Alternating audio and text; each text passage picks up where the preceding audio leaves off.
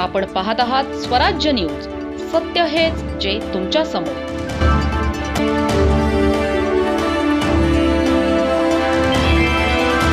दिल्लीतील जंतर मंतर येथे सामाजिक कार्यकर्ते आणि वैज्ञानिक डॉक्टर सोनम वांगचुक यांच्या उपोषण आंदोलनाला आता देशभरातून पाठिंबा मिळू लागला आहे. याच पार्श्वभूमीवर धुळे शहरातील अनुभव युवा मंच, छात्र भारती संघटना आणि बिरसा आर्मी यांनी आंदोलनाला जाहीर पाठिंबा दर्शवला आहे.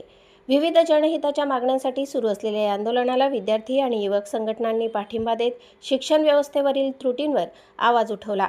देशभरात वारंवार घडणाऱ्या पेपरफुटीच्या घटनांमुळे लाखो विद्यार्थ्यांचे भवितव्य धोक्यात आले असल्याची भावना यावेळी व्यक्त करण्यात आली.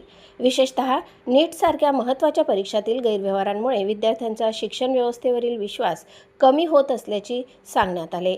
शिक्षण व्यवस्थेत पारदर्शकता, उत्तरदायित्व आणि विश्वासार्हता निर्माण करण्यासाठी ठोस उपाययोजना करण्याची मागणी करण्यात आली.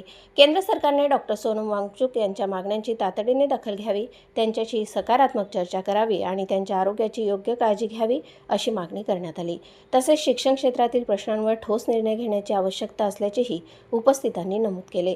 पेपरफुटीच्या प्रकरणांबाबत नैतिक जबाबदारी स्वीकारून केंद्रीय शिक्षण मंत्र्यांनी राजीनामा द्यावा अशी मागणीही यावेळी करण्यात आली. या कार्यक्रमाला जितेंद्र राठोड, ॲडव्होकेट संतोष पाटील, मनोज पावरा, योगेश पावरा, किशोर राठोड, दीपक पावरा, कमलेश माळी, पंकज कोळी, विजय पाटील, हेमंत माळी, विशाल माळी, उमेश पाटील, राहुल गिरासे, सागर माळी, जयकिशन पावरा, चेतन पावरा, चिलारे आणि रवींद्र पावरा यांच्यासह अनेक कार्यकर्ते उपस्थित होते.